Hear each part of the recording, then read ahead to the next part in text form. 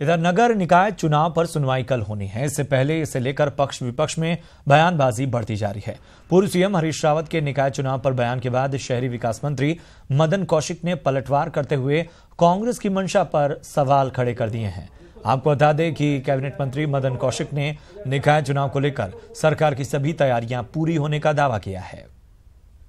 अब मेरी समझ में नहीं आ रहा कि आप सीधा कह देना कि हम चुनाव के लिए तैयार नहीं है। आप इस प्रकार का वातावरण निर्माण कर रहे हैं जिससे कि समाज के बीच में जिसको नहीं होना चाहिए। हम समय पर हैं, हमारी प्रक्रिया समय पर है, बिफोर टाइम है। हम लोग पूरी प्रक्रिया में 24 तक का 24 तक दे देंगे। अब हाई कोर्ट उसमें फिर सुनवाई शुरू हो गई। मान लिया कोई हाई कोर्ट हमें कहेगा, हाई कोर्ट ने जैसे कहा रुद्रपुर में कहा हमें कि फिलहाल हमारा ये नहीं कहा, उन्होंने कहा कि स्टेटस को रखिए मंडे तक, यानी मंडे तक हमें कहा कि आप नया, हालांकि नया कोई हमारा अभी नोटिफिकेशन जारी भी नहीं होना था, लेकिन चूंकि ये जो हमारा परिसीमन वार्डों का है, ये परिसीमन को हमको चुनाव आयोग को देना है 24 तारीख को। अब हम फिलहाल तो ये सोच रहे हैं कि उसको छोड़ के दे देंगे। प्रदेश में निकाय चुनाव को लेकर अभी संशय बना हुआ है। पीसीसी चीफ प्रीतम सिंह ने सरकार की मंशा पर सवाल खड़े किए हैं कि राज्य सरकार समय पर निकाय चुनाव कराने की इच्छुक नहीं है, इसलिए चुनाव को टालने की लगातार कोशिश जारी है। साथ ही अभी तक आरक्षण तय नहीं हो पाया है। यही नहीं, आरक्षण तय होने पर कांग्रेस टिकटों का बंटवारा करेगी और आने वाले निकाय चुनाव में कांग्रेस पूर्ण बहुमत के साथ अपना परचम लहराएगी। साथियों को पर्यवेक्षक की जिम्मेदारी सौंपी है और हमारे पर्यवेक्षक के जो है वो जनपद मुख्यालय में गए और कांग्रेस के लोगों से रूबरू होने के बाद जो नगर निकाय के चुनाव की तैयारी है उसका जायजा लेने का काम किया है। अभी आरक्षण जो है वो आया नहीं है। आरक्षण आने के बाद हम अपने प्रत्याशियों को घोषित करने का काम करेंगे। रविवार को प्रदेश के उच्च शिक्षा राज्य मंत्री धन सिंह रावत को भारी विरोध का सामना करना पड़ा। इस दौरान धन सिंह रावत ने महिलाओं के साथ धक्का मुक्की की और भाग निकले। मामला रविवार दोपहर करीब 1 बजे का है, जब धन सिंह रावत अपने ही विधानसभा क्षेत्र के चोपड़ा गांव से कनखिल गांव तक एक सड़क का उद्घाटन करने पहुंचे, लेकिन गांव वालों की रजामंदी न होने के कारण गांव वालों और मंत्री के बीच कहासुनी हो गई। इसके बाद ग्रामीणों ने मंत्री का विरोध करना शुरू कर दिया। इसके बाद मंत्री ने महिलाओं के साथ धक्का मुक्की की और महिलाओं को धक्का मारकर गिरा दिया। इसके बाद वहां से भाग निकले। इस दौरान उनके साथ आए कार्यकर्ताओं ने भी गांव वालों के साथ अभद्रता की। धन सिंह रावत की अभद्रता यहां पर सामने आई है। न्यूज़ 18 उत्तराखंड आपको एक्सक्लूसिव तस्वीरें दिखा रहा है। गांव वालों और मंत्री के बीच कहासुनी इतनी बढ़ गई कि मंत्री वहां से भाग निकले और इस दौरान उन्होंने एक महिला को धक्का मारकर गिरा दिया।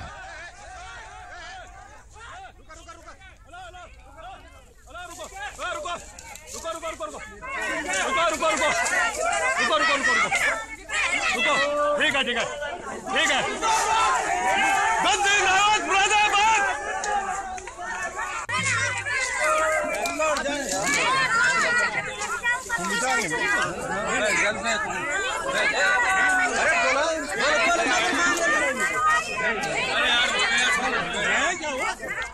बढ़ते आगे, पेशावर कांड की बरसी है आज पेशावर कांड की बरसी। 1930 में आज ही के दिन पेशावर विद्रोह हुआ था। वीर चंद्र सिंह गलवाड़ी के नेतृत्व में यह विद्रोह हुआ था। गढ़वाली ने निहत्थे पठानों पर गोली चलाने से इनकार कर दिया था। नमक कानून का विरोध कर रहे थे पेशावर के पठान और आज ही के दिन पेशावर विद्रोह हुआ था। आज बरसी है। वीर चंद्र सिंह गढ़वाली ने निहत्थे पठानों पर गोली चलाने से इनकार किया था, जबकि नमक कानून का विरोध कर रहे थे पेशावर के पठान।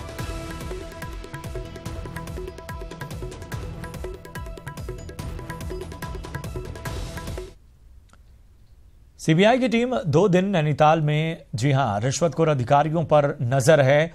आपको बता दें कि लगातार सीबीआई की टीम 2 दिन नैनीताल में रिश्वतखोर अधिकारियों पर नजर गड़ाए हुए है। 9410393616 पर शिकायत आप कर सकते हैं। जो नंबर फ्लैश हम कर रहे हैं उस पर आप शिकायत कर सकते हैं। केंद्रीय कर्मचारियों की रिश्वत की डिमांड पर शिकायत इन नंबर पर की जा सकती है।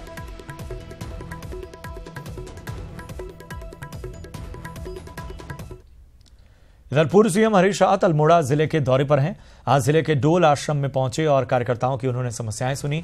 रावत ने चारधाम यात्रा शुरू होते ही राज्य सरकार की व्यवस्था पर सवाल उठाए और कहा कि मैंने सरकार को 2 माह पहले ही व्यवस्थाओं को दुरुस्त करने का आग्रह किया था। इसके साथ ही देश भर से श्रद्धालुओं से चारधाम यात्रा पर आने का आग्रह किया। सफल हो इसकी हम सब कामना करते हैं और यात्रियों से मैं देश विदेश के कहना चाहूँगा, आए उत्तराखंड में यात्रा सुरक्षित है, सुगम है और सब तरीके की सहूलियतें पैदा की जाए। वो दिक्कतें हैं मैंने प्रारंभ में ही उनको चेतावनी दी थी कि आप 2 महीने पहले से इसको वो कर दीजिए और जिस रूप में हमने प्रोजेक्ट मंजूर किया था इन्होंने इसको ठेकेदारों का स्वर्ग बना दिया है, लेकिन मैं इस तल पर इस विषय में ज्यादा नहीं कह। खबर श्रीनगर गढ़वाल से, जहां दुर्घटनाग्रस्त वाहनों को हटाने में बरती जा रही लापरवाही ने स्थानीय लोगों की मुसीबतें बढ़ा दी हैं। 1 हफ्ते पहले श्रीकोट में हुए दुर्घटनाग्रस्त भारी भरकम मशीनी वाहन को अभी तक नहीं हटाया जा सका है। हालात ये हैं कि यातायात बहाल करने के लिए हाईवे के किनारे से कच्ची जमीन को काटा तो गया, लेकिन दलदली जमीन होने और हाईवे के सकरा होने की वजह से कभी भी कोई हादसा घट सकता है। घटनास्थल पर रोज लगते जाम की वजह से भी लोगों और वाहन चालकों को परेशानियों का सामना करना पड़ रहा है। कोई हादसा अगेन कोई हादसा हो सकता है, क्योंकि कई बार तो गाड़ी इतना लंबा जाम लग जाता है और हम लोग ये शिकायतें भी की इधर उधर, लेकिन इसका कोई प्रभाव नहीं पड़ा। प्रशासन की बहुत बड़ी गलती है और इससे कभी भी कोई बहुत बड़ा हादसा हो सकता है, इससे भी बड़ा हादसा हो सकता है। और खासकर मेडिकल कॉलेज के बच्चे यहाँ से आते हैं, उनको काफ़ी दिक्कतें होती हैं, दुनिया भर का कीचड़ है वहाँ पे। लेकिन वहाँ पे वैकल्पिक तौर पे जेसीबी से थोड़ा सा साइड में खुदवा के फिलहाल यातायात के लिए खोला गया है और इसको हटवाने के लिए L&T कंपनी से संपर्क करके और मालिक से संपर्क करके उसके 2 क्रेन मंगाई गई थी, लेकिन उसका वेट काफ़ी ज़्यादा होने के कारण जो है 2 क्रेन से भी हट नहीं पाया है।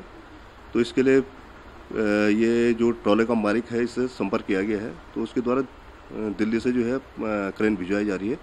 तो जैसे वो आती है तो उसको हटवा दिया जाएगा।